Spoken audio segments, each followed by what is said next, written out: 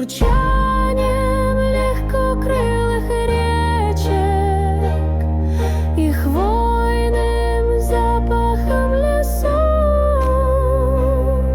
теплом огня душевных печек и звоном детских голосов. Я очарована этим миром, его кристальной чистотой,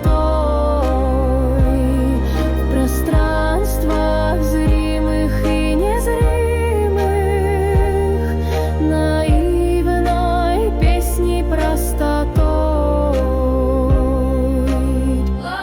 Благодарю за счастье быть свободным словом.